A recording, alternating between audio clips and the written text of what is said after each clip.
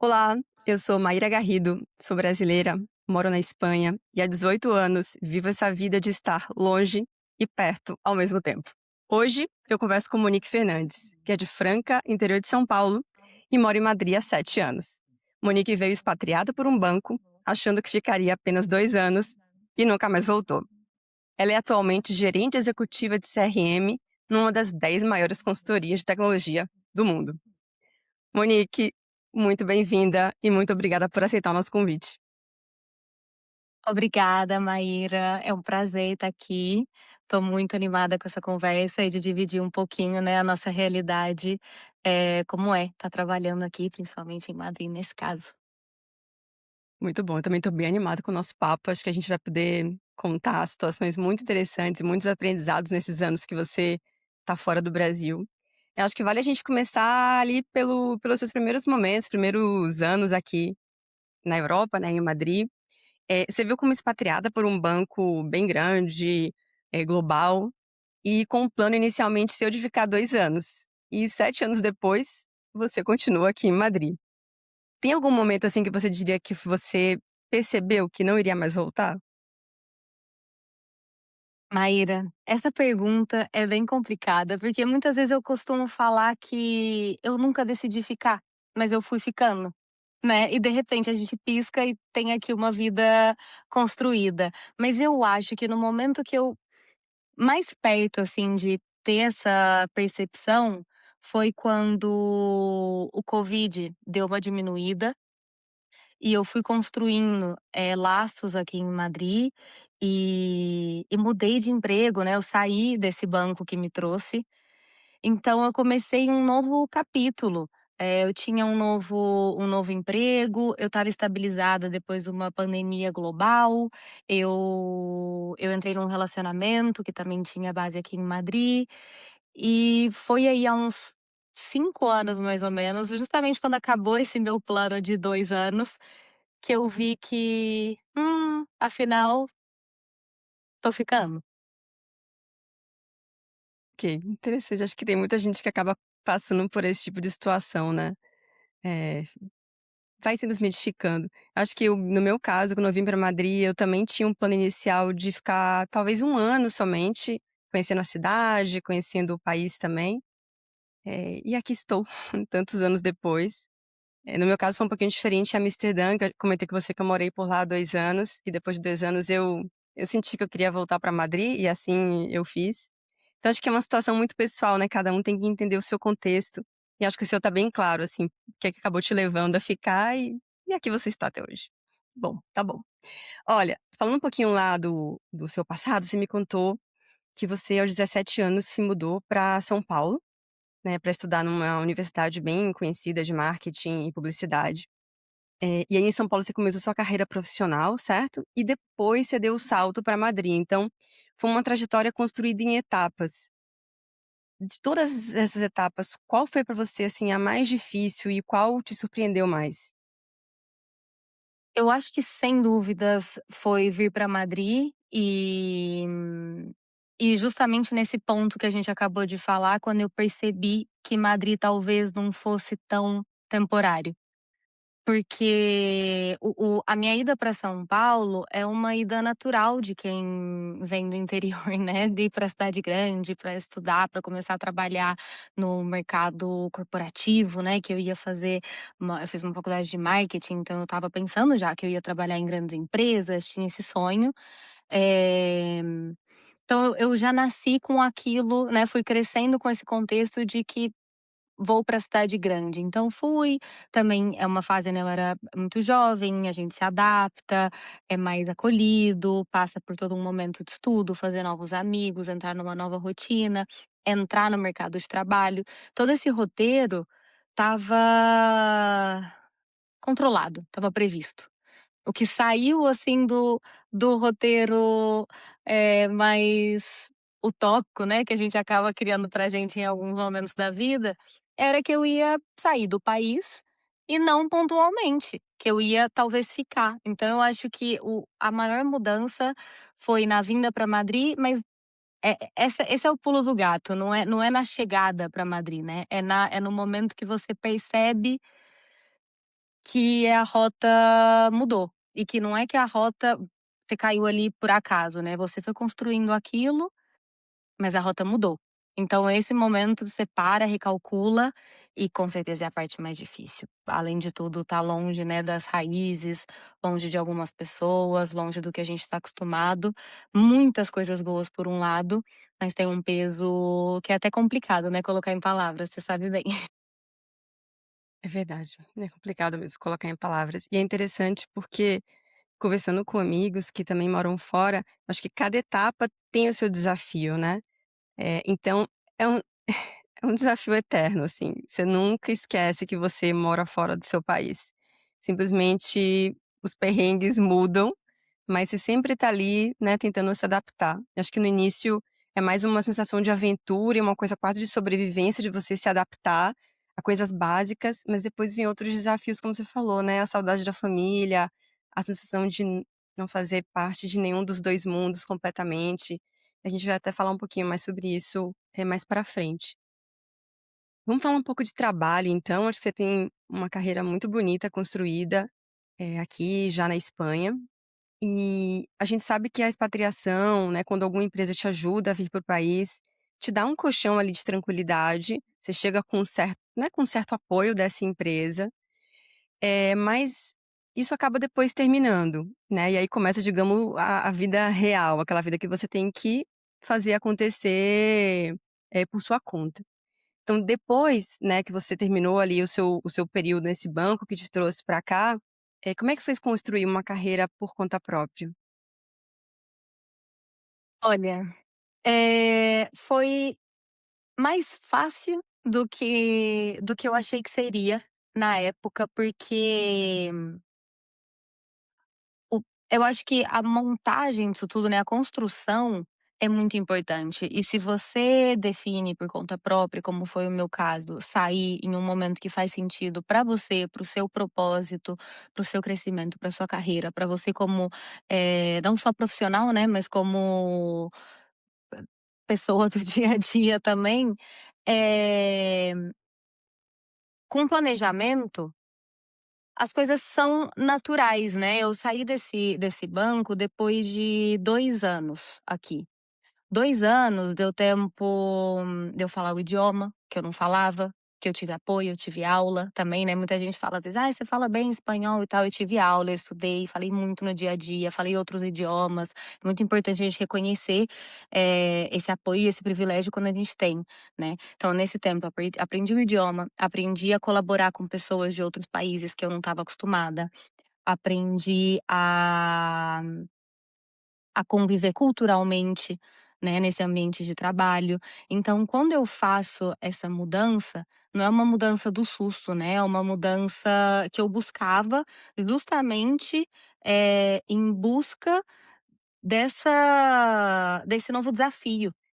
Eu não quero falar nenhuma palavra, assim, que seja pejorativa pra estar no mesmo lugar, porque eu admiro muito quem fica muitos e muitos anos numa mesma empresa, mas pra mim, Monique, naquele momento, continuar naquela empresa, faltava alguma coisa, sabe. Também foi quando eu fiz a decisão de ir pra consultoria, que consultoria, não sei aqui, né, quem tá escutando e você que tanto tá acostumado com consultoria, principalmente consultoria tecnológica, que foi pra onde eu fui parar,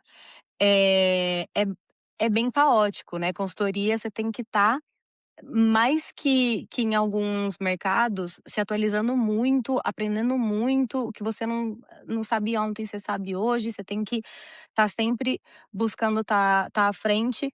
E quando eu fiz essa mudança, eu queria esse dinamismo, eu queria essa pressa, essa urgência, essa mudança de contexto, também, de novo, vou mencionar a pandemia, a gente tinha acabado de passar por uma pandemia global, eu estava percebendo que eu queria ficar em outro país, e todo o contexto, assim, ajudou.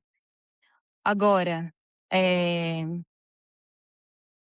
como que é, né, fazer essas diferenças? Eu nunca tinha feito um processo seletivo fora, né, com alguém de outro Claro, porque país. você veio pelo banco, né, já com seu contrato de trabalho, e era a primeira vez que você fazia uma transição para uma outra empresa. Como é que foi essa É. transição? Você que buscou ativamente trabalho, a empresa entrou em contato com você, como é que foi? Eu já passei por 2 empresas, né, depois que eu saí desse banco, 2 consultorias tecnológicas, líderes de mercado. A primeira vez eles que me buscaram. Então, aqui também entra de novo, né, ter um planejamento, mas estar no momento certo, na hora certa, né. Então eu tinha essa intenção e quando eles vêm falar comigo oferecendo essa oportunidade, eu pensei: "É agora, é o timing". Tanto que eu nem fiz, né, nessa primeira mudança, eu nem cheguei a fazer entrevista com outros lugares e tal, foi mesmo estar no lugar, construindo aquilo que você quer e na hora certa, uma pessoa vem atrás e te busca para aquilo.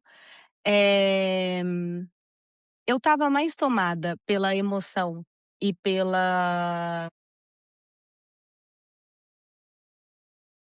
eh, acho que é mesmo animação de um caminho novo, que não dei espaço, mas isso também é muito meu, que eu não dei muito espaço para nervosismo. "Ai, mas e a entrevista? Ai, e isso e aquilo". Eu tive que confiar mesmo, né, jogar aquela síndrome do impostor para o lado e confiar que se estavam me procurando, alguma coisa que eu queria era, que eu tinha muita capacidade para fazer aquilo. E esquece sotaque, esquece crise de vira-lata, entrar ali no personagem, né, que a gente deveria ser e vamos que vamos. E assim, não tive muitos problemas, mas eu acho que eu fui formada, né, por 2 anos nessa outra empresa que eu estava. E depois quando eu passo para meu trabalho atual, já foi um pouquinho diferente, porque isso eu estava buscando, busquei, cheguei a fazer algumas entrevistas inclusive com perfis que são de outros países que não Espanha, então já começa a misturar. É, bastante, e foi um período de muito aprendizado, assim, no sentido de que não tem jeito, a gente tem que se adaptar no local, no horário, no contexto, na cultura das outras pessoas. Eu me vi, assim, fazendo uma ou outra entrevista onde eu saía e eu já sabia, tipo: ri demais. Ai, fui direta demais. Hum, enrolei muito para contar esse resultado, que em algumas culturas funcionam e outras não, né. E qual é o segredo?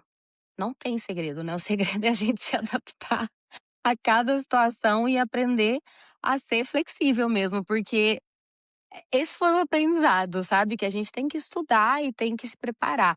Não tem fórmula mágica, não sei qual é a sua experiência, mas eu vi que, assim, a fórmula mágica em nenhum lugar. Super interessante. Assim, eu já trabalhei em muitos contextos internacionais, cheguei a liderar times com 7 nacionalidades diferentes, e acabei me envolvendo e me interessando muito por esse tema das diferenças culturais. Tem até um livro que tá até aqui do lado, eu tenho ele bem pertinho, que é o Culture Map, que a autora fala sobre as diferenças culturais, e eu acho que quando a gente mora aqui na Europa, a gente se dá conta de que é inevitável conviver com pessoas de outras nacionalidades e outros contextos culturais. Então estudar um pouco isso, eu acho que vale realmente muito a pena, como você falou. Afinal, você está querendo buscar no seu caso era buscar um trabalho. A gente tem que se adaptar, né, a gente tem que buscar o que é melhor. E acho que a gente, muitos profissionais dão colocam, acho que pouco interesse, pouca importância nas diferenças culturais, e elas existem. E se a gente sabe se adaptar e aproveitar as características de cada cultura, acho que a gente consegue fluir muito melhor, tanto na vida pessoal como na vida profissional. Então acho que é uma baita lição que você trouxe aí, né. Então você vai entrar numa empresa, ok, essa empresa ela pode até ser uma empresa espanhola, mas se você sabe que no decorrer das entrevistas você vai ter que conversar com pessoas de diferentes culturas, vale a pena, né, entender um pouquinho mais a cultura daquele lugar. Então acho que é uma lição aí que fica bem interessante. Falando nisso Completamente. E assim, só para adicionar um outro ponto que eu acho bem importante, assim, a gente destacar, a gente também tem uma mania, né, e aqui eu falo em primeira pessoa, de reduzir algumas culturas a uns títulos específicos, né. "Ai, é latino, é europeu, é asiático". São tantas camadas, né, são tantas camadas. Acho que vir pra fora e principalmente no mundo do trabalho, isso me abriu tanto o olho. Assim, eu sou latina, então a minha cultura é idêntica à do venezuelano e à do chileno. O europeu, o norueguês e o português e um croata têm a mesma reação? E a gente, quando fala isso em voz alta, percebe que é claro que não. Claro que não. Então acho que aqui todo o contrário de vamos simplificar é sim, né, as camadas culturais são muitas, muito complexas e a gente tem que dar esse peso. Totalmente de acordo. E é muito legal você ter compartilhado essa informação. Acho que todo mundo, seja alguém que está escutando a gente, já está morando fora do Brasil ou pretende morar fora e quer construir uma carreira, né, no corporativo, é fundamental entender esse ponto, porque senão, o mais provável é que em algum momento isso acabe prejudicando, né, o crescimento e o desenvolvimento profissional dessa pessoa. Então, tem todo sentido. E é verdade, não é uma questão de região, né, como você falou. É uma questão de país. Até dentro do mesmo país você pode ter algumas diferenças, mas pelo menos no nível país, você precisa conhecer um pouco mais como é que funciona culturalmente aquele país. Dentro desse assunto, você trouxe que você trabalhou é a terceira empresa que você trabalha, né, aqui na Uhum. Espanha. São 3 culturas corporativas um pouco diferentes, pelo que você, contou. Fala um pouco mais sobre isso pra gente, porque a gente tem aqui diferentes camadas, né. A camada cultural, em relação ao país, né, mas também tem a camada do setor corporativo. Como é que é? Como é que foi, né, como é que tá sendo cada uma dessas empresas, e o que que você percebe de diferente entre o contexto daqui e o contexto que você viveu no Brasil, enquanto a processo seletivo, negociações, expectativas, convivência com os colegas, o que que você aprendeu aí nesse caminho? Olha, eu vejo que são diferenças que elas passam por algumas intersecções, né. Então, por exemplo, eu trabalhei em 2 consultorias tecnológicas aqui na Espanha. Elas têm culturas corporativas diferentes, mas algumas coisas que é da consultoria tecnológica da Espanha, que é uma intersecção. Eu trabalhei num grande banco, o mesmo banco no Brasil e na Espanha. Tem a diferença Brasil e Espanha, mas tem a cultura corporativa, que é a intersecção. E eu acho que tem algumas que ficaram muito óbvias, assim, no geral, a cultura de trabalho do corporativo, né, eu vindo do setor de banco e agora consultoria, acho que consigo fazer uma comparação bem justa, assim, do Brasil e da Espanha, que algumas coisas, são muito parecidas, sempre que o Brasil, a gente tem uma cultura um pouco mais intensa de trabalho do que na Espanha. Aqui o equilíbrio, né, entre a vida pessoal e o trabalho é maior, é mais escancarado, não é um tabu. É um problema, assim, que a gente no Brasil dá muitas vezes, né, para aquela hora extra, aquele que quer ficar um pouquinho mais, aquele que quer, eh, mostrar mesmo que é muito workaholic. Isso daqui já é um pouco diferente. A Espanha, você vai encontrar essas pessoas, inclusive muitos de nós que somos imigrantes e vimos com essa cabeça e trazemos isso para a realidade. Mas assim, deu horário, na maior parte das vezes deu horário. Você tem uma questão familiar, você tem uma questão familiar. Sexta-feira é muito normal, as pessoas pararem de trabalhar no meio da tarde, né, eles chamam jornada reduzida de sexta-feira. Durante o verão também, né, muitas empresas, pelo menos em agosto e muitas agosto, julho, faz uma jornada reduzida de trabalho, que é entre as 8 e as 3, 8 da manhã às 3 da tarde. Vejo muito menos problema em em famílias comentando sobre: "Tenho que levar a criança na escola, tenho que buscar", a diferença do homem e da mulher também, né, que a baixa de paternidade por lei já é maior, então esse tabu também é menor. Eu vejo muitos companheiros, eh, assumindo e falando e tal que tem que buscar a criança, que tá fora, fica 4 meses fora de baixa. Não tô longe de falar que é um mercado igualitário e que é melhor ou pior, mas essa é uma diferença muito clara, o balanço entre a vida pessoal e profissional.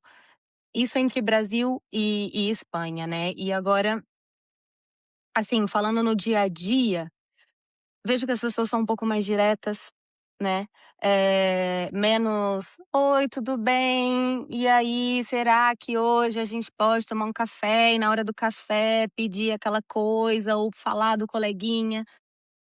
Tem, tem isso, mas é menos, é mais direto ao ponto, menos abertura também para vida social fora do trabalho, né, menos relações íntimas de trabalho, né, os colegas de trabalho, muitas pessoas fazem muitos amigos, eu inclusive, mas é diferente, tem um nível ali mais da intimidade que o Brasil tem mais, tem mais.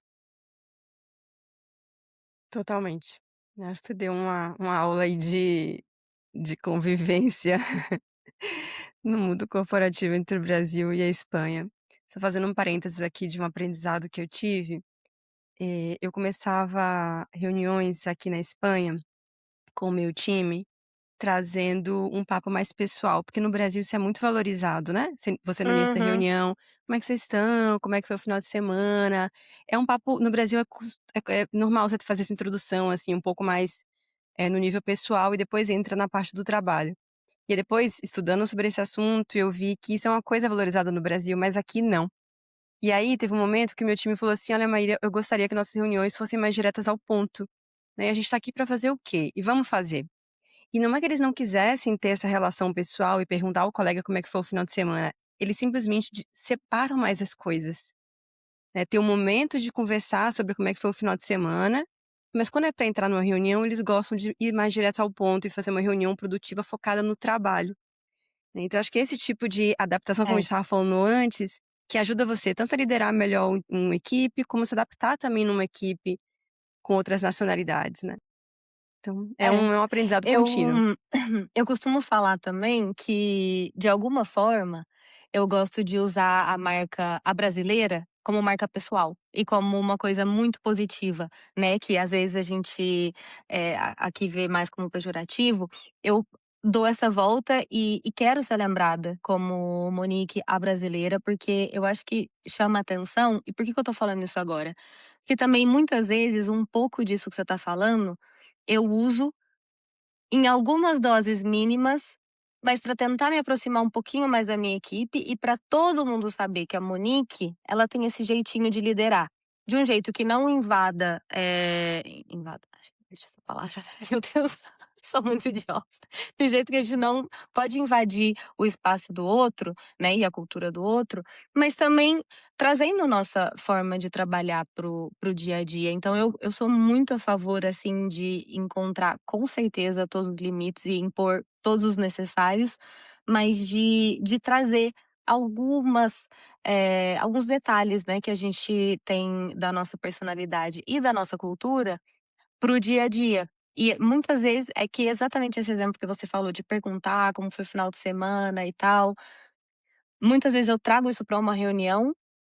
Deixo ali a pitada de brasileirice e bora direto ao ponto, porque senão também, né, a gente acaba se apagando. Com certeza. Até te dizer que um dos vídeos que você publicou no Instagram, que me chamou a atenção, acho que foi o primeiro vídeo que eu vi no seu perfil do Instagram, que no final vamos falar, gente, qual o perfil que a Monique tem no Instagram pra vocês seguirem também. Acho que você falava exatamente sobre isso, sobre aceitar ser brasileira e usar isso como uma marca a seu favor. Eu achei isso muito inteligente, porque depois a gente até vai aprofundar sobre essa questão de ser brasileira e latina, então vamos aprofundar daqui a pouquinho, mas já quero deixar aqui o spoiler que a gente vai falar sobre isso, que eu vejo que muitos brasileiros quando chegam para morar fora, eles buscam, meio que apagar essa marca, né, apagar esse fato, e esse fato nunca vai ser apagado, a gente vai ser sempre, para sempre uma pessoa que vem de outro país. Então eu achei muito inteligente a sua virada de chave, de falar: "Ok, pelo contrário, em vez de eu me afastar disso, eu vou usar isso a meu favor". E tudo bem se falarem: "Olha", numa empresa de milhares de profissionais, falarem assim: "Ah, a Monique, a brasileira". E que isso fique como algo positivo, né. Eu acho que e a chave acho que tá na dosagem, como você falou. Não é você ser totalmente brasileira num contexto não brasileiro, que isso provavelmente vai criar as situações, negativas para você, mas sim saber dosar esse jeito nosso, que é especial e que está presente para criar uma marca pessoal, onde você estiver. Vamos É falar sobre isso, sua carreira, né, que também tem a ver com uma questão de vamos. marca pessoal. Você foi ali de publicidade e marketing no Brasil, né, no seu estudo, na sua experiência profissional, e passou pelo banco, e foi parar em consultoria de tecnologia e CRM aqui na Europa. Essa transição foi, tipo, super planejada? Você sabia ali o objetivo final: "Eu quero trabalhar em consultoria em algum momento", ou ela foi acontecendo de maneira mais orgânica? Olha, eu diria que foi acontecendo de maneira orgânica, mas controlada, né. Não é aquela coisa de como eu vim parar aqui, mas a cada passo que eu dava, e isso eu também acho que eu tenho, assim, uma visão que faça um plano, depois se o plano muda, você adapta o plano, mas você sabe onde você quer chegar e você sabe o resultado final, ou pelo menos qual o contexto daquilo, porque sem plano nenhum também, né, acontece isso que você falou de pode ser uma mudança orgânica controlada, que eu acho que é o meu caso, ou de repente você olha em volta e pensa: "Meu Deus, como que eu vim parar aqui?". Então, assim, acho que foi uma mudança orgânica, e por que que eu falo que foi controlada? Eu me formei em marketing e publicidade, mas eu comecei na minha carreira profissional já trabalhando em produtos digitais. E dentro de tecnologia, mais, assim, voltado para lançamento de produto digital, eh, aquisição online de cliente, campanhas. Então eu já fui estando inserida nesse meio do digital, né, eu até hoje trabalho entre negócio e tecnologia, o meu perfil é bem assim, não sou nem técnica, nem completamente de negócio, e isso nunca mudou. Então, desde que eu comecei a trabalhar, eu estava nesse ambiente mais de campanha de marketing, aquisição, conversão, mas já no digital. E e aí o que eu fui mudando foram as tecnologias mesmo, né. Eu antes estava mais com site, mais voltado um pouco para marketing, campanha, né, a gente já falei 3 vezes. E aí eu fui parando na parte mais de CRM, de plataforma por trás. Então, assim, às vezes dá uma sensação que teve muita mudança, mas não é muita, não o caminho não mudou tanto, sabe. Perfeito. Tem ali uma estrada que você seguiu que é coerente entre todas essas áreas, né. Ao mesmo tempo você soube se Exatamente. adaptar e aproveitar o momento para cada uma delas. E acho que isso é Claro. fundamental no momento de agora, né, com tanta mudança, acho que se a gente não tiver também essa flexibilidade acaba ficando para trás. Em todas essas etapas profissionais, você teve que criar de alguma forma ali a sua marca, a sua presença, os seus diferenciais, né, o seu posicionamento. E com certeza isso deve ter mudado entre a sua experiência em São Paulo e agora a Monique que trabalha em Madrid, né. Falando um pouco do tema de antes que a gente falava a Monique a brasileira, como é que Uhum. você criou essa Monique a brasileira aqui, né? O que que hoje em dia você tenta transmitir como seu posicionamento profissional? Muito boa pergunta, Maíra. Traz muita reflexão, né, pra gente esse tipo de conversa, porque eu também acho que algumas escolhas que a gente fazem, e aqui eu falo na minha experiência, né, quando eu falo que eu queria, que eu buscava essa mudança e esse dinamismo, que eu queria sair do banco e ir mais para a parte de consultoria, eu acho que eu também buscava de alguma forma essa transformação no meu posicionamento, né, porque quando o banco me traz, ele trouxe uma Monique, e essa profissional estava já, né, tinha uma etiqueta, tinha um contexto, tinha uma história. Só que teve algum ponto ali que eu sentia que eu precisava mudar e não só mudar o contexto e o trabalho. Eu sentia que eu já estava pronta para me posicionar de alguma outra forma. Às vezes a gente não cabe onde a gente tá, sabe, Maíra? E isso, assim, é muito importante na vida e no trabalho, porque eu acho que tá tudo relacionado, né, por mais que eu fique separando as coisas, profissional e tal, a gente é uma pessoa só. E quando eu faço esse salto pra consultoria, buscando essa mudança em volta, eu já aproveitei pra refazer também, né, como eu quero me posicionar, como eu quero ser.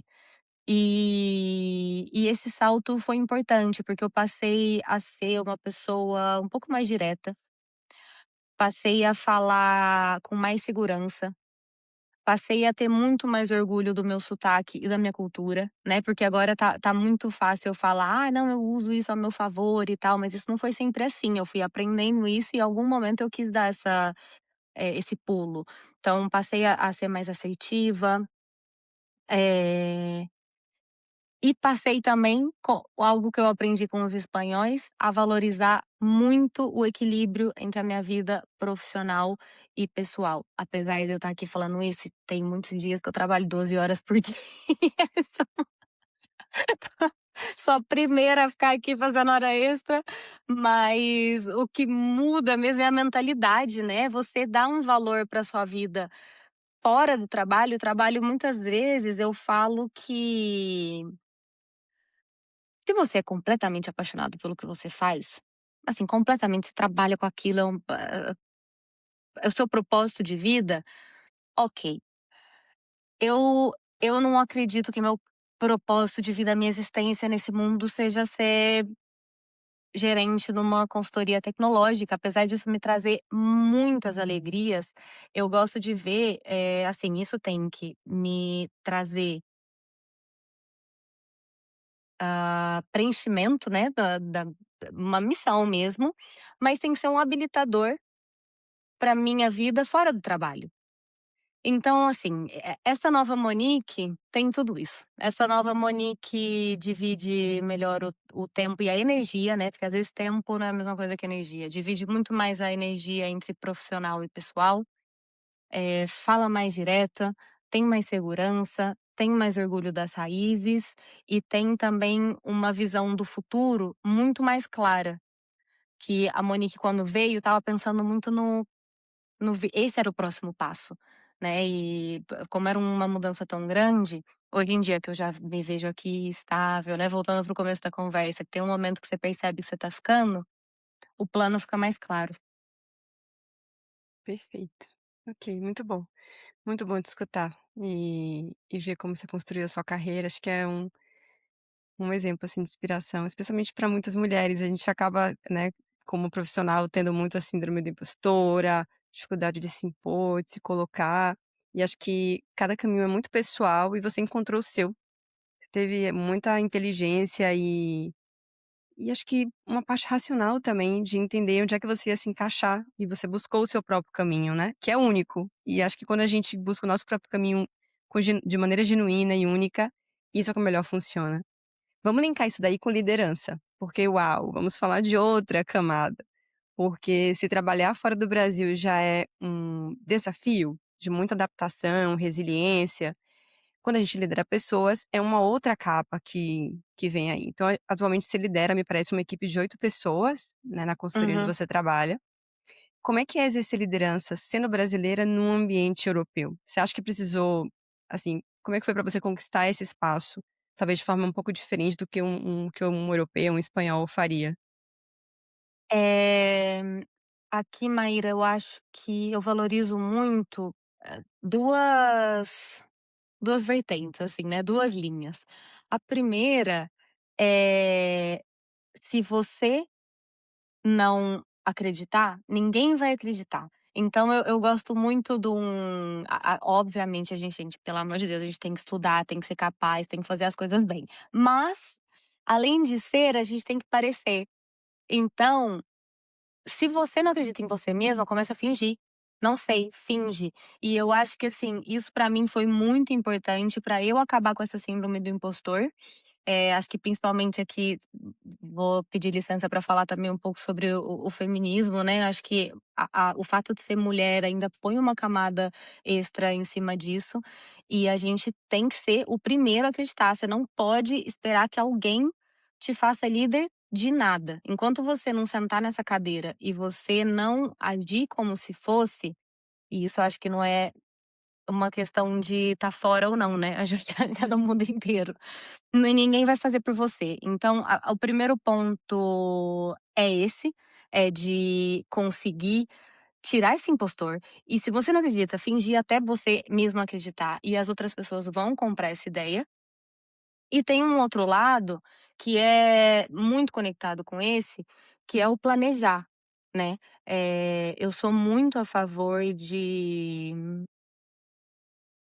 uma comunicação inteligente, né, a gente também não pode, não deve falar tudo, nem para os líderes, nem para os subordinados, falar tudo não, mas ter uma comunicação clara é muito importante. E eu acho que durante a minha carreira, eh, eu tive bastante sorte, bastante apoio com os líderes que eu tenho, e eu fui muito clara com o que eu queria. Então, assim, a minha recomendação principal aqui, né, além do você mesmo acreditar e não colocar o próprio bloqueio, é você precisa comunicar. Se você não comunica que você quer fazer alguma coisa e além de comunicar, você não age para ter essa coisa, ninguém vai te fazer líder, né. Então, porque tem um líder acima de você que vai crescer se você crescer. Só que ele precisa saber que você está disposta, que você vai fazer o que precisa, que você escuta, né, o feedback dele, porque às vezes você quer alguma coisa e tem alguém ali falando: "Mas para chegar lá você precisa fazer A, B e C". Então você quer realmente chegar lá? Que para chegar lá você precisa fazer A, B e C. Então eu acho que são essas 2 dicas, assim, é acreditar muito você mesmo e agir como se fosse, e a outra é, você precisa de apoio. Então seja claro, comunica. A pessoa vai te falar que não, pergunta o que que falta então, faz um plano. Acho que para chegar, assim, nessa posição, é isso. Depois a liderança em si, não sei se muda tanto de um país para o outro, acho que aqui simplesmente é o que a gente já conversou, que tem menos proximidade. Tem menos proximidade e é colocar esses limites e respeitar essas barreiras e vida que segue também, né. Não não tem muito segredo. Ok. Eu vou retomar um pouquinho um assunto que a gente falou antes, e que eu achei, assim, de um grande valor, assim, trazer para esse papo aqui e compartilhar com outras pessoas. Você me falou, antes da gente começar a gravar, né, que mesmo você chegando numa posição privilegiada, né, uma boa empresa, salário, formação sólida, quando você sai do avião, você é imigrante e latina, e tem que Uhum. se provar antes de qualquer coisa. Né, como eu falei antes, acho que tem gente que chega fora do que, né, que vai morar fora do Brasil e tenta de alguma forma apagar o fato de ser brasileiro, de onde vem, e o que eu vejo aqui que o melhor funciona é você buscar justamente fortalecer esse fato. Obviamente com inteligência, se adaptando, né, isso adaptação é fundamental, não é ficar na caixinha, né, do brasileiro, é se adaptar a todos os aspectos da vida daquele lugar, mas sim manter com muito orgulho de onde você veio e aquilo que te formou. Como é que foi pra você como é que isso se manifestou pra você, né, no mundo do trabalho? Como é que você foi se adaptando a essa Monique imigrante latina, no trabalho e na vida pessoal também? Esqueci de contar uma curiosidade aqui que faz muita diferença. Quando eu vim pra cá, a minha irmã morava em Madrid. Eu tenho uma irmã mais velha que morava aqui e trabalhava aqui. Então, primeiro é que eu tive esse apoio e agora, ok, Monique, mas eu moro não sei onde e a minha irmã não tá lá, né? Então, o que que eu falo? De novo, voltando para o apoio, né, você se conectar com as pessoas e você buscar aprender é muito importante. Eu, no meu caso, eu já tinha uma pessoa literalmente de dentro de casa que me podia orientar um pouquinho. Tanto assim, o meu primeiro dia de trabalho aqui, Maíra, na época eu tinha um chefe que era brasileiro, quando eu vim, um chefe direto brasileiro, e a minha irmã morava aqui. No primeiro dia de trabalho era o meu aniversário. Eu falei: "Eu não acredito que eu vou ter que começar a trabalhar no dia do meu aniversário, num lugar que eu não sei falar o idioma, que eu não conheço ninguém e tal". E assim, a minha irmã me falou: "Monique, trabalho aqui tem que levar manolitos no dia do aniversário". Manolito, gente, pra quem tá escutando, é um bolinho, um croissant que tem muito específico aqui de Madrid, tá. E eles têm aqui esse hábito de levar manolitos. Eu olhei pra ela e falei: "Você não vai fazer isso comigo? Você não vai me fazer chegar no primeiro dia de trabalho com uma caixa". Ela falou: "Vou e você vai agradecer por isso". E eu fui assim, olha, eu não me considero uma pessoa muito tímida. Eu cheguei, eu não sabia nem como agir. Por sorte também tinha esse chefe brasileiro que me recebeu e chegou lá comigo e já foi tentando ajudar, e todo mundo amou, falou: "Ai, eu não acredito que você já sabe disso, bem-vinda e feliz aniversário e tal". Então assim, que essa história tem a ver com a adaptação, né, tem a ver que eu acho que a gente de novo tem que buscar saber e aprender. Então se você não tem uma irmã, não tem um chefe, conecta com alguém antes, gente, busca na internet, pergunta pra inteligência artificial, busca uma comunidade, segue alguém lá olha, segue eu e a Maíra aí nas redes sociais pra ver como que é hoje em dia, né. Já chega mais ou menos preparado, porque tudo isso ajuda, né, ajuda as pessoas te acolherem. E no momento que você se sentir acolhida, você vai conseguir se posicionar, porque não adianta falar: "Ah, não, é chegar e chegar empoderado e tal", porque aí você vai chegar passando vergonha, porque você não sabe como adaptar, né. Então aí alguém te ajuda a dar um toque, depois você faz algum amiguinho ali, local, que vai te falar como as coisas funcionam. Depois você vai aprendendo, né, uma coisa que eu faço muito, Maíra, é assim, quando hoje em dia já, né, na época eu não sabia fazer isso, mas olha aí uma dica, quando alguém fala alguma coisa e meio que coloca de um jeito: "Ah, mas aqui as coisas são feitas assim", e te deixa num lugar de constrangimento mesmo, porque, é que eu realmente não sabia que as coisas eram feitas assim. Eu geralmente, de uma forma muito simpática, dou o outro ponto de vista, eu falo: "Que engraçado, obrigada por compartilhar. Lá no Brasil, quando acontece isso, é assim, assim, assado. Sabia?". Porque assim você devolve para a pessoa que você também aporta para ela, né, e ela aportou para você, e ótimo. Mas, tem algumas coisas que é só tempo, experiência e apoio. Aí já Totalmente. Olha, a sua irmã foi uma bênção pra você, vou te falar, viu. Ainda tem um chefe brasileiro na chegada, outro privilégio. Então, pois com é. certeza, isso te tirou de muitas situações complicadas. E eu estava aqui também dando risada, porque em breve é o aniversário do meu marido e ele já comentou: "Ai, tenho que comprar". Podem ser monolitos, pode ser algum tipo de doce, mas seu aniversário você tem que levar alguma coisa ali para o trabalho, os colegas esperam isso. É. Então cada lugar tem suas questões, né. Vou até abrir um parêntese aqui e contar uma situação minha, da diferença também entre Espanha e Holanda, onde eu morei. Aqui na Espanha, as pessoas são muito abertas, né, a gente vê assim, a vida são nos bares, gente, assim, bar na Espanha é a segunda casa da pessoa, especialmente aqui em Madrid. Não é, Qualquer Monique? As dia, qualquer pessoas hora. qualquer dia, qualquer hora, gente, assim, é de segunda a domingo, as pessoas estão nos bares, pode ser para tomar uma cerveja ou tomar 5, pode ser para almoçar, para tomar café da manhã também é no bar, então a vida tá ali, no bar. Então o espanhol tem essa coisa muito aberta, mas na convivência do condomínio, do prédio, cada um tem mais a sua privacidade, não tem tanto uma coisa de eu conheço meu vizinho e conheço outro vizinho, é cada um mais buscando a sua privacidade. Ok, quando eu cheguei a Amsterdã, lá é um pouco o contrário. O holandês ele tende a ser mais para dentro, mais privado, no dia a dia, mas na comunidade do edifício, eles têm uma coisa de se falarem muito mais, e aquilo para mim já foi um pouco chocante. Então eu lembro que quando eu cheguei lá, eu nem procurei nada com meus vizinhos, de repente eu tinha presente na minha porta, eu tinha cartão na minha porta, sabe, dizendo assim: "Bem-vindo, eu sou fulana do andar de cima", uma deixou um chocolate, outra deixou uma vela. Algumas semanas depois me convidaram para um jantar num dos apartamentos. Falei: "Uau, que diferença". E aí fui para o morei depois no segundo apartamento, falei: "Ah, de repente eu fui no primeiro". Quando eu fui no segundo, igual, grupo no WhatsApp, alguém que se mudava e doava as cadeiras, as mesas, então tinha muito contato, Gente, assim. E aí quando eu cheguei no segundo apartamento, já com esse mindset de lá, Falei: "Pronto, vou comprar uma caixinha de chocolate, vou deixar na porta de cada vizinho do meu andar com um cartãozinho escrito à mão".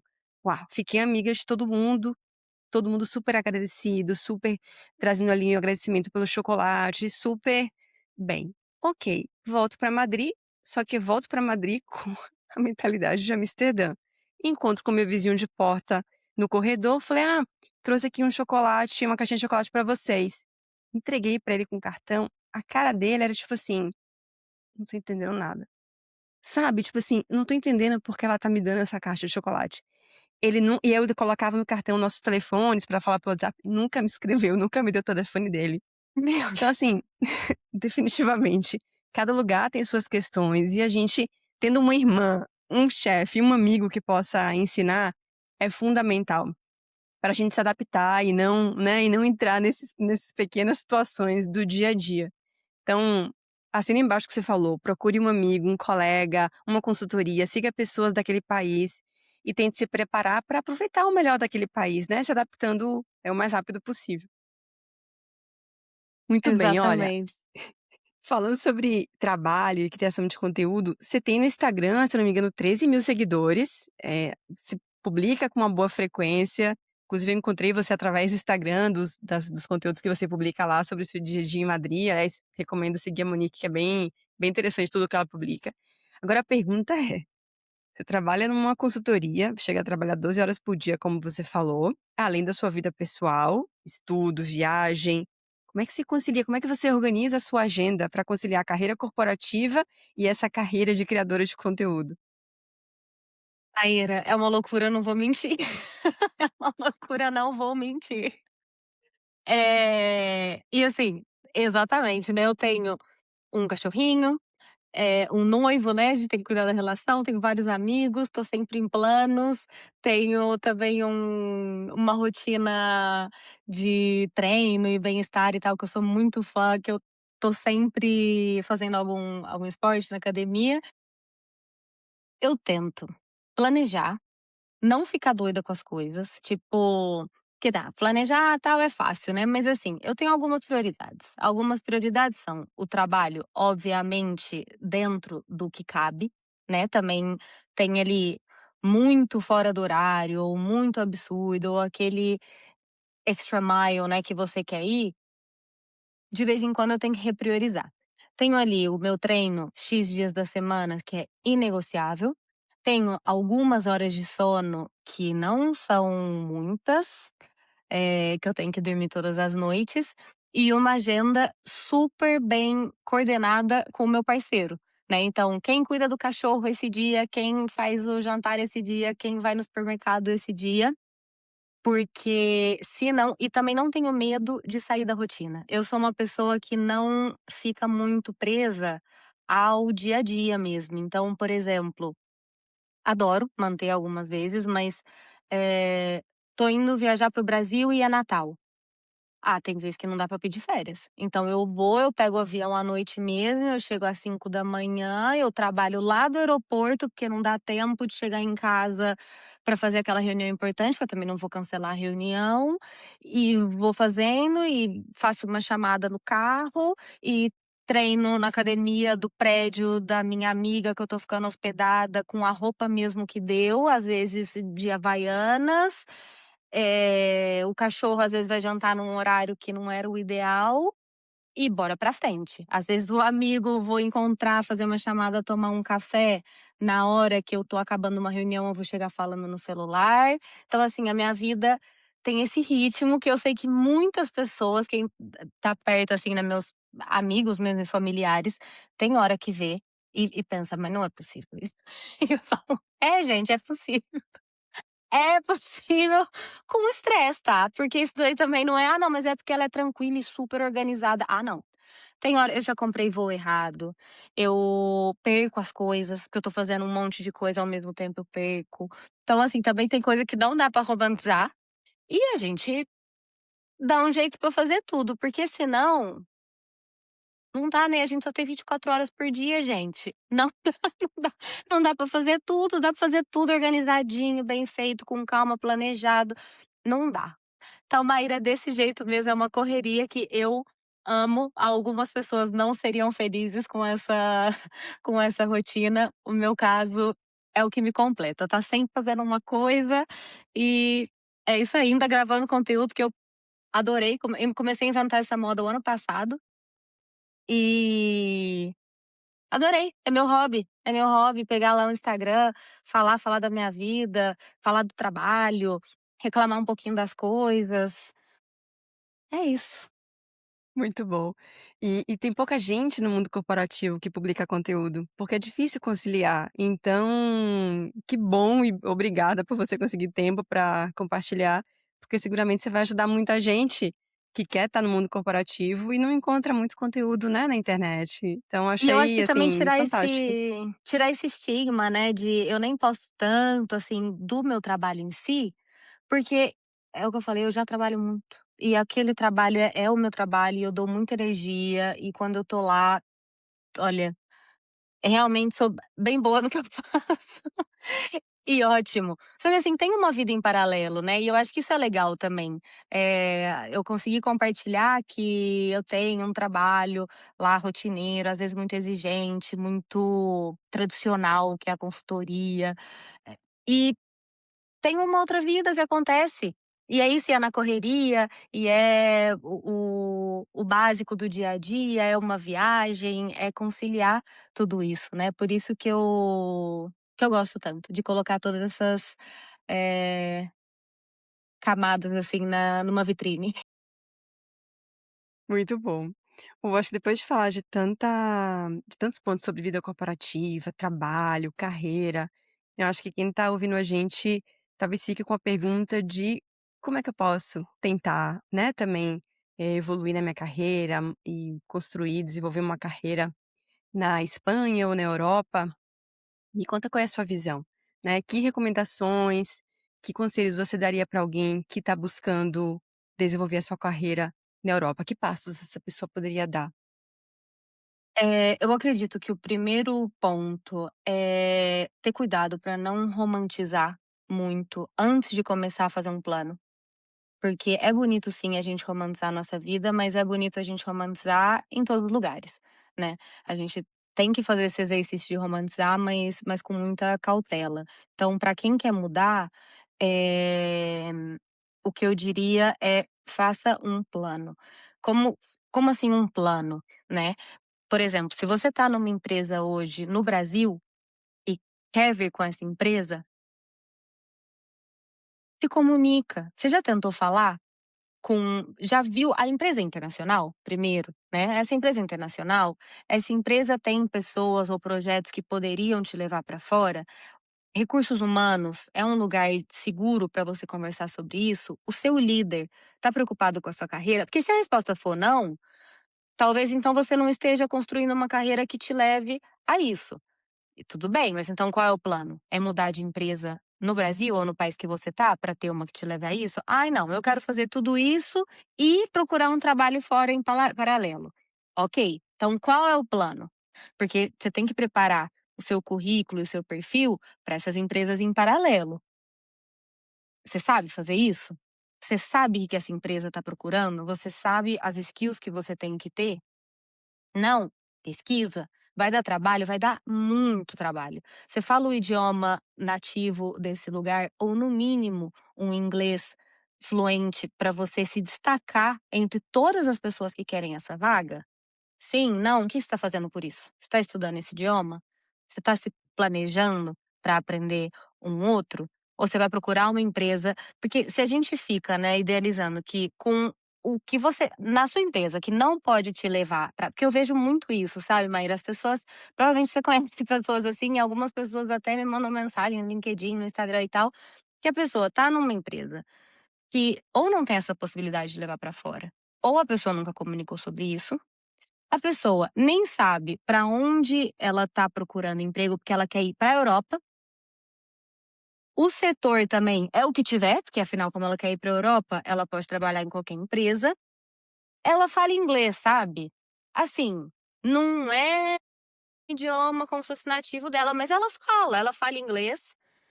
Essa pessoa já tentou fingir uma entrevista em inglês? Ela consegue fazer isso, sabe. Então Porque às vezes eu vejo uma situação que eu fico assim: "Mas não é possível, porque se a gente ficar mandando currículo assim, não vai achar mesmo um emprego que queira". Então eu acho que a questão é planejar e lidar com as consequências desse planejamento, né. Porque às vezes a gente faz muito plano e pouca ação. E eu acho que a minha dica é essa, gente, planejar, mas planejar não significa inventar um plano, superficial. Planejar significa traçar todos os passos, um resultado final, de trás para frente você tem que ver tudo que você fez, ir riscando caixinha e ter exatamente o próximo passo. Então essa é a minha dica, planejar e não ficar sonhando com coisas que a gente não tem o controle. É uma verdade meio chata de falar, mas infelizmente é a única que eu consigo. Perfeito, é a realidade, né, assim, não idealizar, ser mais pé no chão e colocar a cara na rua, né, senão não vai sair. Boa, Exatamente. muito bem. Acho que só dentro desse assunto ainda, pra quem já de repente veio, né, já se mudou, já tá naquele país e quer conseguir novas oportunidades de trabalho, no seu caso você foi do banco para consultoria, que essa primeira, pelo que eu lembro aqui, pelo que você contou, foi uma coisa natural, eles te buscaram, mas a segunda já foi você mais buscando. Essa que você buscou, você usou alguma plataforma para buscar? Foi através de contatos? Que estratégia você usou para compartilhar aqui com o pessoal? Eu usei o LinkedIn. Eu sou muito fã do LinkedIn para procurar emprego e quando eu falo com amigos, colegas e tal também. Nesse caso, né, onde eu tô hoje, eu não tive referral, né, que a gente fala quando alguém indica. Não tive, mas também acho que foi um pouco de sorte. Hoje em dia eu acho que a gente precisa muito, se a gente quer trocar de emprego, ter alguém dentro da empresa que faça uma indicação. Então, LinkedIn o LinkedIn continua sendo, gente, a maior plataforma, não adianta, tem que estar tudo alinhadinho ali, né, o que você está buscando com o seu perfil, informação relevante com resultado, alguma constância também de post, publicação, tudo isso já é só um trabalho, né, à parte. E buscar pessoas que trabalhem nessa empresa, porque muitas delas, né, eu estando no mundo mais de tecnologia, tem esse hábito, né, de fazer uma indicação.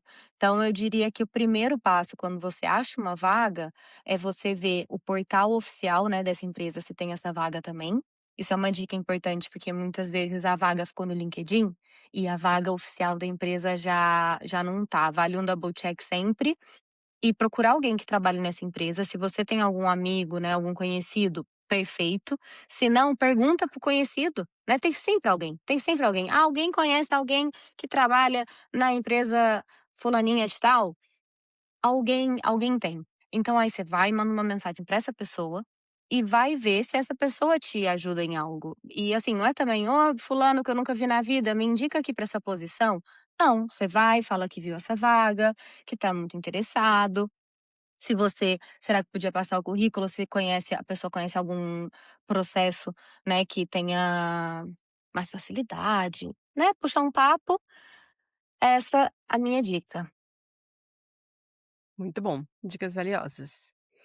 Vamos falar agora do dia a dia, da vida real, né, além daquela que te mostra no Instagram, no LinkedIn, a vida real. Monique, você me contou que ficou trancada do lado de fora 3 vezes, trancada do lado de fora de casa, né, que é uma expressão até bem interessante, trancada do lado de fora de casa, mas é real. 3 vezes, inclusive na última chorou de frustração. Conta essa história aqui. Maíra, não só trancada para fora de casa, né, que essa frase realmente é uma preciosidade do Brasil, 3 vezes numa semana. Eu já fiquei trancada para fora de casa muito mais. "Ai, Monique, o que que isso tem a ver com morar fora?". Eu explico que isso tem a ver com morar fora. Lá de onde eu venho, a porta, gente, tem uma porta, uma fechadura e a chave ou tá trancada ou não tá trancada. Hoje em dia já tem tecnologia, tem fechadura eletrônica também, né, mas só assim que a porta fecha, e se não é portão, né. Aquilo que a gente tá acostumado a bater e trancar, que só abre depois com chave, na minha cabeça era só portão. Então quando eu vim pra cá, as portas aqui na Espanha, até, né, Maíra, depois você fala assim, Amsterdã é assim também, porque lá eu nunca morei, só fui visitar. As portas são, a maior parte, fechou por fora, trancou, é tipo um portão mesmo. E claro, uma coisa é você saber disso, né, aí entra aquela questão cultural e que a gente tá acostumado de contexto da vida inteira. Uma coisa é você saber isso, outra coisa é você tá saindo atrasado de casa pra arrumar a unha no sábado de manhã e saber que ninguém vai entrar na sua casa, sair correndo, fechou a porta, cadê a chave? Não tem. Então, Maíra, isso aconteceu, assim, muitas vezes, muitas vezes. E outro fun fact aqui também, gente, que Madrid tem um Madrid, toda a Espanha. O chaveiro aqui, não sei o que que aconteceu, é tão caro. Eu já recebi orçamento de 500 € pra me abrir uma porta, porque eu estava trancada. É muito caro, Maíra, eu não sei se você já passou por isso em Madrid, eu espero que você nunca passe, porque o chaveiro nesse país é muito caro. E aí teve uma dessa semana que eu fiquei 3 vezes trancada pra fora. Eu já não sabia nem o que estava acontecendo. Eu estava aqui há muito pouco tempo, e o chaveiro que arrumou a segunda vez, não foi de 500 € não, tá, porque eu liguei pra todos até achar uma pichincha. Eu liguei pra ele, ele falou: "Moça, não pode ser". Eu falei: "Pode ser, porque aconteceu", e eu chorava, porque ele falava: "Não, agora pra eu ir aí e tal vai ser", acho que era tipo 100 €. Eu falava: "Não pode ser, pelo amor de Deus, é só você vir aqui e abrir pra mim". Eu chorei tanto, Maíra, eu chorei tanto, eu pedi pelo amor de Deus pra esse homem socorro, ele foi lá e me ajudou de graça, você porque ele falava: eu não posso fazer nada por você", eu falava: "Pode sim, por favor, vem aqui". Eu falei: "Mas eu não posso gastar mais com isso e tal". Ele foi e abriu a porta, do tanto que eu chorei. Gente, é que assim, 3 vezes já é uma história muito boa, 3 vezes na mesma semana é que você deixou a outro nível já a história. Assim, impressionante. E esse rapaz, hein, merece uma, não sei, uma luz aí do universo de bom pra ele, porque ele veio, te ajudou e nem cobrou. Mas ó, pra você se sentir um pouco, digamos, menos pior, assim, menos mal, saiba que eu tenho alguns amigos brasileiros que já passaram pela mesmíssima situação. Mesma É, coisa. Ficar fora e no caso deles foi até de Airbnb, né, a gente estava passando um tempo aqui, não era nem é que é pior apartamento. ainda, né, a pessoa não tem o contexto, e sai pra dar uma passeada. É, Totalmente. E aí gente, nada, anotem e essa aí, dica aí, porque gente, já sabe, hein, chave no bolso, chave na bolsa antes de sair de casa, senão vai ficar fora e vai ter que pagar entre 100 e 500 € para conseguir entrar de novo em casa. A outra dica exatamente. também, que eu acho que vale aqui, já que a gente estamos falando aqui do dia a dia, da vida como ela é deixar uma cópia da chave com algum bom amigo. Isso também vale ouro. Exatamente. Se fosse em Amsterdã, deixava com o vizinho, né, mas aqui em Madrid o pessoal não é muito não, isso com certeza. Piadas à parte, hoje em dia, Algum tem amigo que não algumas more chaves, muito não vou longe, revelar o né. segredo, mas tem algumas pessoas aí que tem chave da minha casa. Ótima estratégia, pronto, próxima vez que acontecer, você já tem chave sua com algum amigo, não vai mais pagar 100 € pra Exatamente. voltar pra casa. Muito bom. Uma outra história que você me contou também, que eu acho que mostra muito o dia a dia de quem se muda, né, vai pra fora do Brasil, é a adaptação do idioma, gente. Vamos combinar, né, todo mundo estuda, acha que tá sabendo muito do idioma, e aí quando chega no país, passa algumas situações na hora que você passa, são frustrantes, mas depois acabam virando histórias engraçadas. Eu particularmente me lembro de um lugar que eu trabalhava, e eu fui almoçar com os colegas. Eles passaram uns 10 minutos falando de uma história, e por causa de uma palavra eu não conseguia saber do que eles estavam falando, por causa de uma palavra. E na época nem tinha, assim, fácil tradutor e tal, pra eu colocar assim debaixo Aham, da mesa e olhar, sabe. Eu lembro que eu fiquei tentando entender pelo contexto, mas não conseguia. Tá, fiquei calada, não participei, fiquei só escutando, e vida que segue. E no seu caso, como é que você pedia uma faca num restaurante? ai, Maíra, essa também história é muito boa. Gente, falar espanhol faca é cuchillo, e falar leitão é cuchinillo. E eu sei que só vinha o cuchinillo na minha cabeça. E toda vez eu fiquei, assim, acho que uns 6 meses pedindo cotinídeo, e me corrigiam, falava coti porque muitas vezes você vai no restaurante, né, e fala: "Eu quero um cotini".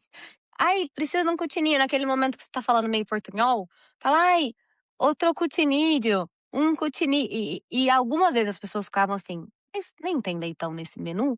E outras vezes, quando eu estava com alguém, falava: "Monique, é faca que você quer coti", e eu: "É". E acontecia de novo, e acontecia de novo. Eu sei que eu não sei a quantidade de vezes que eu queria uma faca e eu pedi um leitão nessa cidade. Ah, muito bom. E alguma vez trouxeram leitão pra mesa? Não, infelizmente, porque é uma das minhas comidas favoritas. Ai.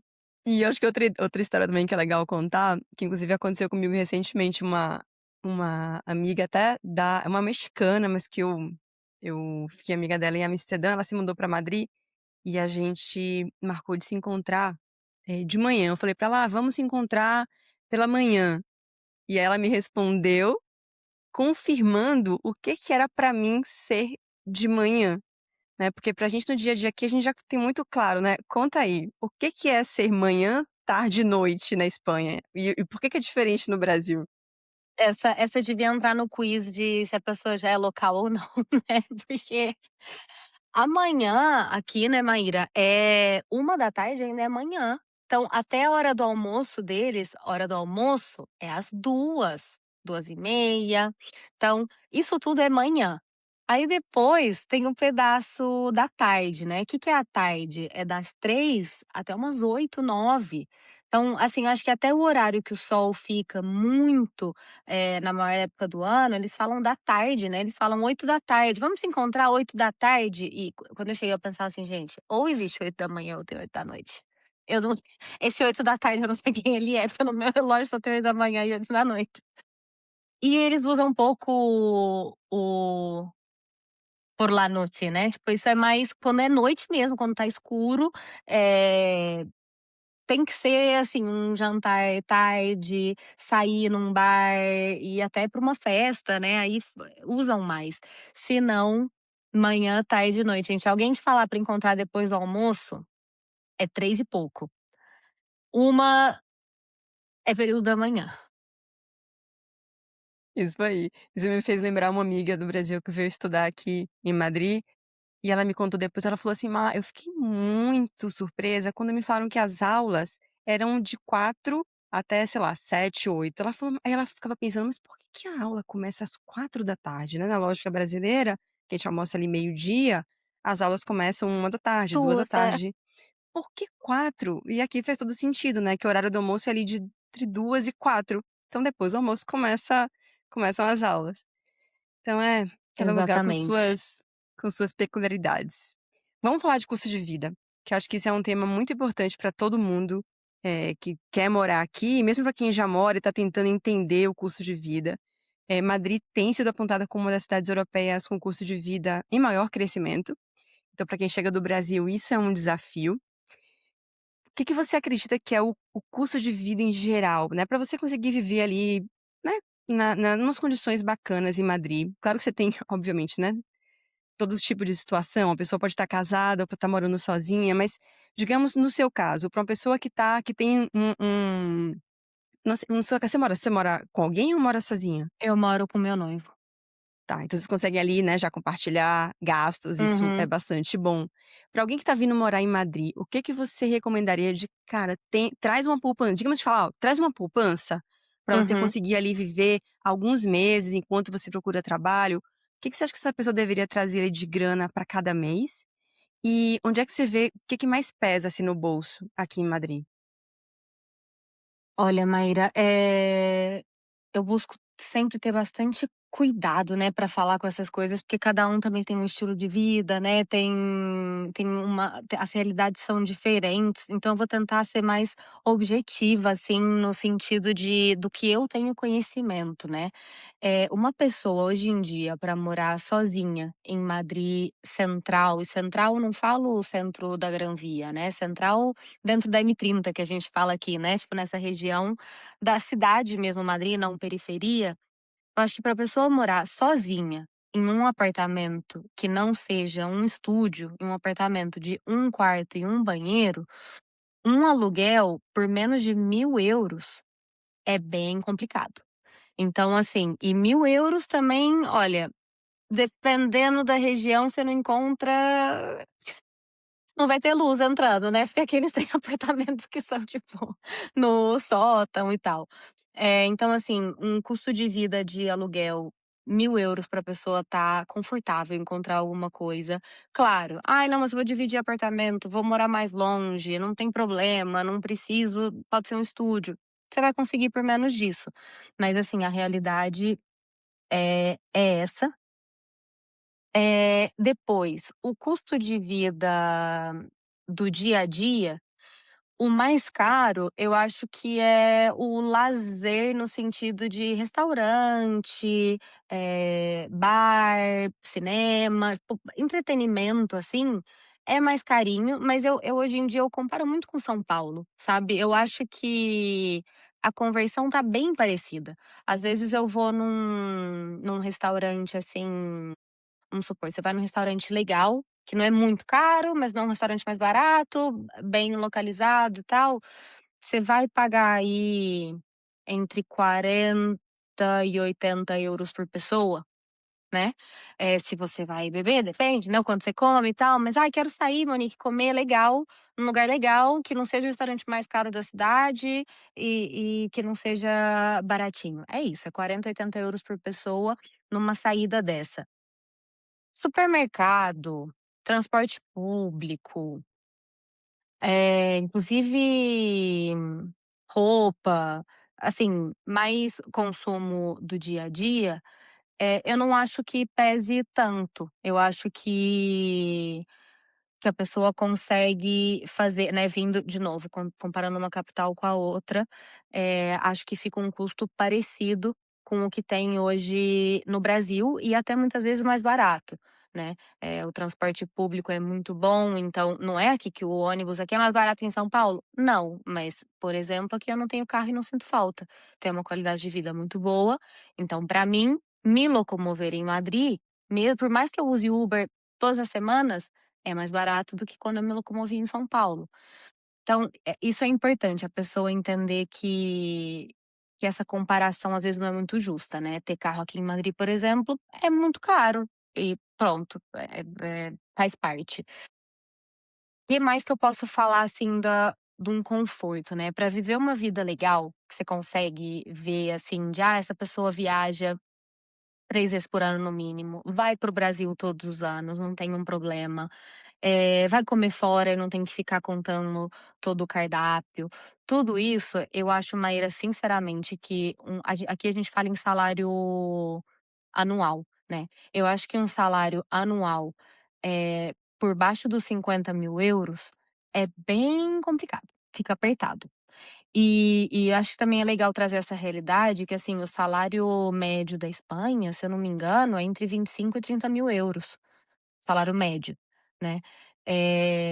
Então assim, a Espanha não é um lugar de enriquecer, a Espanha não é um lugar de guardar fortuna. Pra ter esse salário que eu tô falando que você vai ter uma vida mais legal, consegue viajar, fazer tudo e tal, principalmente em casal, quando você tem alguém pra compartilhar, né, dividir conta, tal, do dia a dia e diluir um pouco esse custo, é uma vida que pode ser cara, assim, né, não adianta a gente comparar que o iPhone aqui é mais barato e que todo mundo anda de ônibus, porque tem muito custo que é caro. A gente ganha em euro, mas paga em euro. Não sei se tem mais algum ponto que talvez eu não mencionei, que é interessante a gente compartilhar com o pessoal? Acho que você falou os pontos principais e acho que você trouxe um ponto importante de destacar, que aqui na Espanha é para viver bem. As pessoas gostam de desfrutar da vida, mas não é para enriquecer, né, realmente não é um país para você ter esse foco, assim. E acho que é importante também vir para cá com as expectativas bem assentadas, né, bem definidas. Eu acho que uma grande vantagem da Espanha é que algumas coisas que no Brasil você busca demais, por exemplo, como ter um carro, Uhum, né, como ter um seguro de saúde privado, né, no Brasil existe uma tendência obviamente o Brasil é muito grande, né, gente, cada região vai ter ali suas questões, mas em geral, né, se você tem um seguro de saúde privado, você consegue ter acesso melhor, o carro vai te possibilitar locomover com mais agilidade. Isso, por exemplo, não é a realidade aqui. Você consegue estar bem com a saúde pública, é uma das melhores da Europa. Você consegue estar muito bem usando o transporte público, como você falou. Agora, outras questões vão ser mais complicadas em termos de custo, como você trouxe moradia. Tem ficado cada vez mais caro aqui, então esse é um ponto com certeza para ter em conta. Então, é isso, cada lugar vai ter seus aspectos, acho que você trouxe os mais importantes. E seguramente o ponto que você trouxe de aqui não é para enriquecer, eu acho que é importante todo mundo ter em conta, né, ter essas expectativas bem definidas. Uma dica mais, assim, tática também, né, que eu acabei, dando um pouco de devaneio nas dicas, encontrar moradia aqui é caro e difícil. Então, essa é a primeira reserva que a pessoa precisa ter, porque ela vai chegar aqui, ela não vai achar uma casa rápido. Vai precisar de um monte de documentação, é muito caro, não só o aluguel, mas a entrada, né, você tem que deixar um calção, você tem que pagar uma agência, você tem que pagar um primeiro aluguel. Então vamos supor que saiu tudo bem, e você vai alugar o apartamento de 1.000 euros, que eu falei que, a Monique acha que 1.000 euros mais ou menos dá um apartamentozinho numa região boa. Que 1.000 euros também de de depende, viu gente, mas no mínimo você tem que vir pra moradia com 4.000 euros, porque é o calção, é a agência, é o primeiro aluguel e é mais alguns gastos, que você vai ter. Então, antes do seu primeiro mês morando aqui, vezes 4 o que você vai gastar, né. Esse ponto é importante. Boa dica, muito boa dica. Ok, outro ponto do dia a dia é que você tem um cachorro, que eu acho que você gosta muito. Tem um namorado português, como você falou, vai bastante para Portugal, para o Brasil, então acaba que é uma vida construída ali entre 3 países, culturas diferentes. Como é que você organiza esse dia a dia e navega entre esses países e viagens? Eu aprendi a fazer tudo casa, sabe. Quando eu tô indo para o Brasil, eu sinto que eu tô indo pra casa, quando eu volto pra Madrid do Brasil, eu sinto que eu estou voltando pra casa, e chegou num ponto que quando eu vou pra Portugal, eu sinto que eu tô indo pra casa. Eh, Essa transição não é fácil, mas ela é meio natural quando você se permite, né. Eh É importante você se conectar com algumas coisas que façam você sentir aquilo importante para você. Eu misturo muito realmente e tento não viver em caixinhas, Maíra. Então, por exemplo, ai, como que eu lido, né, com é isso, meu relacionamento tem muito de Portugal, muita cultura portuguesa. Eu não tenho uma Monique com o meu noivo e as pessoas de Portugal, ou quando eu tô lá, e outra Monique no Brasil e outra Monique. Eu mudo até a minha forma de falar se eu não tô prestando atenção. Eu uso algumas expressões de lá, eu uso algumas expressões do espanhol, quando eu tô falando em espanhol, eu uso alguma expressão do Brasil, quando eu tô falando em inglês, eu misturo tudo, isso no idioma, isso com comida, né, você aprende a gostar de uma coisa dali, da outra daqui, do clima, você começa a ter as suas coisas favoritas aqui e ali, e é muito importante nesse caso que a gente se rodeie de pessoas que estejam preparadas para isso, né. Eh, eu tenho, assim, meus amigos e família estão lá no Brasil, inclusive a famosa minha irmã também já voltou pra lá. E tem uma conexão muito grande com o Brasil, mas porque todas essas pessoas aceitaram e apoiaram todas as minhas mudanças, e eu acho que elas também têm orgulho e deixam eu ser essa mistura de pessoas, né. O meu noivo também se adaptou, construiu essa personalidade múltipla aqui também. Então eu acho que isso também é muito importante, a gente estar rodeado de pessoas que agregam, mas também aceitem que você vai mudar, porque se eu não mudo, né, como que fica essa rotina? Essa rotina é misturada mesmo, né, na minha casa a gente fala 2 portugueses, no dia a dia eu trabalho em espanhol 90% do tempo, tenho muitos amigos que eu falo inglês, no trabalho também em inglês. Então, o negócio é viver numa fluidez e tá adaptado a isso. Não tem segredos também. Ai, que legal, uma boa reflexão, uma maneira, não diria inteligente, de fluir e viver esses vários mundos. Vamos fazer a sessão daqui de longe? São assim, para respostas rápidas, com essa ideia de que a gente está longe, né, e a gente que visão a gente tem sobre aquele assunto. Então, vamos lá. Daqui de longe, uma comida que você sente saudade. Pão de queijo. Daqui de longe, o abraço que mais faz falta no dia a dia. Minha mãe. Daqui de longe, quais são as datas nas que o coração aperta? Natal e aniversário de pessoas queridas. E daqui de longe, o que o brasileiro ou a brasileira tem de tão especial? Alegria, motivação e energia. O jeitinho brasileiro é muito especial. Para encerrar, vamos aqui fazer uma reflexão de se a Monique, de agora, pudesse conversar com a Monique, que chegou aqui em Madrid há 7 anos, pudesse dar um conselho, um aviso, o que que seria? E o que que você diria para uma pessoa que está querendo se mudar agora do Brasil para outro país? Pra Monique do passado, eu diria pra ela continuar fazendo os planos dela, mas pra ela não se prender a eles. Avisaria que as coisas iriam mudar, mas pra melhor e pra ela ter segurança de que as decisões dela, daquele momento, né, são as melhores para o futuro. E pra pessoa que quer vir hoje, eu eu daria um conselho parecido de confia no seu instinto e faz o plano, mas esteja aberto a mudar o plano, revisite o plano, pode mudar a rota, mas confia também no seu eu do presente, que vai ser o melhor para o seu eu do futuro, desde que você tenha mais ou menos uma visão, né, se a pessoa tá super perdida, melhor não. E faça terapia, sou muito pró da terapia e eu acho que faz sentido em todos os contextos, mas na vida do imigrante, pessoal, façam terapia. Muito bom. Monique, quem quiser continuar vendo seus conteúdos e conhecendo um pouquinho mais sobre o seu dia a dia, quais são as suas redes sociais? No meu Instagram, vocês podem me encontrar com @moniqueff, e o meu LinkedIn é meu nome completo, Monique de Freitas Fernandes, também, quem quiser se conectar por lá, e ficam à vontade para mandar uma mensagem, marcar um bate-papo, eu tô sempre aberta a algumas pessoas que me escrevem. Super. Monique, muito obrigada por esse papo. Foi super interessante conhecer a sua história, a sua carreira profissional.